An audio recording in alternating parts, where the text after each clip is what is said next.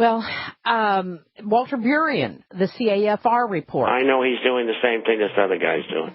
Okay, but are you saying that he's not correct on the CAFR report, the CAFR report? As far as I'm concerned, he is incorrect. Really? These are monies that are used in the regular course of business for investment. Okay, we got a 4-minute break. I don't know of anything. We'll be right back. Got a 4-minute break. I'm going to be out of here. Thanks. We'll be right back with Bob Chapman. That's right, ladies and gentlemen. That's what we're doing. One person at a time. Thank you for joining us in the Power Hour today, and thank you for caring about your world. Another person that cares about your financial world is Bob Chapman. He is with the International Forecaster newsletter, and you can get a copy of it, a free copy, the first one, at theinternationalforecaster.com. Back to what you were saying, Bob. Are we out of money? Are we not? What's going to happen? I mean, how long can California give out IOUs before somebody starts to want to be able to buy something with that IOU? Well, they're looking at another shortfall of $6 or $7 billion. And they got $500 billion worth of bonds out. And so they really get their hands full. And I left California after 36 years in 1994 because I could see that the revenue versus expenses was not going to work anymore and that they would go bankrupt, although I was a little premature. In as much as they've made it another 15 years by selling more and more municipals and created more different kinds of debt. But California and New Jersey and Michigan and other states are going to go bankrupt. And I did a piece that's going to be in the next issue. You know, everybody's jumping up and down about Greece. But the economy in California is the 7th largest in the entire world.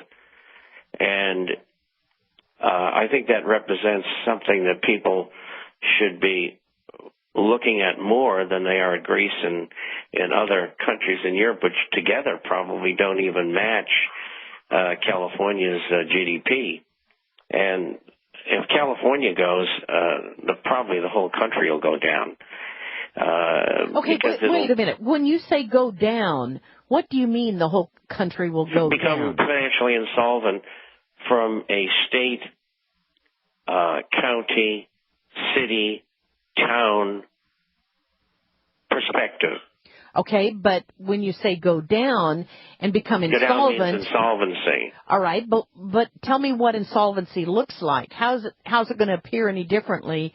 Or what's going to happen differently? What is it going to feel like to be insolvent? Well, they'll have to put themselves into a bankruptcy chapter.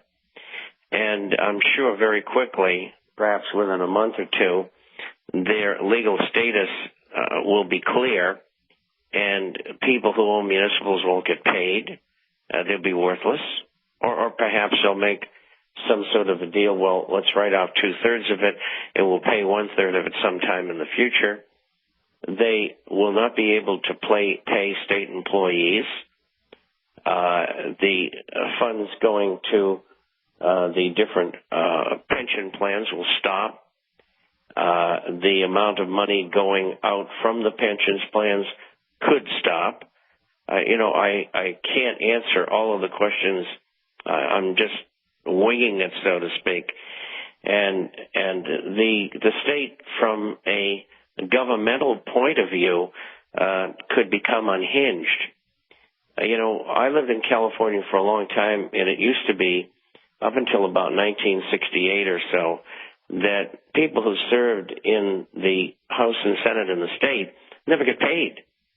They get their expenses, and that was it. It was you get elected, but it was a voluntary sort of thing, and then that changed. And California has been, more often than not, a very liberal state, and they seem to think that very often money grows on trees. Well, we all know that it doesn't. And so the day of reckoning is now here.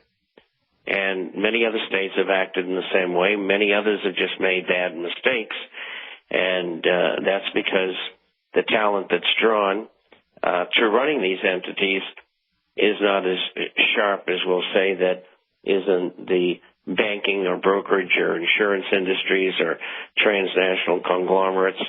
I mean, they get the cream of the crop, so to speak. And so those kind of mistakes are to be expected. And, you know, something, they don't even know that they've made these mistakes. They don't believe it. They're in denial. And California and all the other states that are in a similar position are going to go into insolvency. Well, you know, I heard Glenn Beck make a statement that I thought was so accurate. I mean, I don't like a lot of the stuff that he says, but he says you can't give a government this much power because you inject fear and hunger in it after this government goes down. And he said you've got something totally uncontrollable. Well, could we control it? We'll be back after this 3-minute break. We're going to get back to Bob Chapman right now. And John Stokes did send me an email with a question coming from this Sorsha Fowl, he or she person, who said, and I want to welcome Bob Chapman back, but Bob, here's a question to you. A grim report given to President Medvedev today by Finance Minister of the Russian Federation, Alexei Kudrin, is stating that the private European banking conglomerate known as the United States Federal Reserve System that basically rules over the finances of America has given a shock warning to President Obama that they do not intend to renew the charter granted to them in 1913 by the U.S. Congress and is set to expire on December 21st of 2012, which coincidentally we know is the exact date that the controversial Mayan calendar predicts will be the ending of our present age.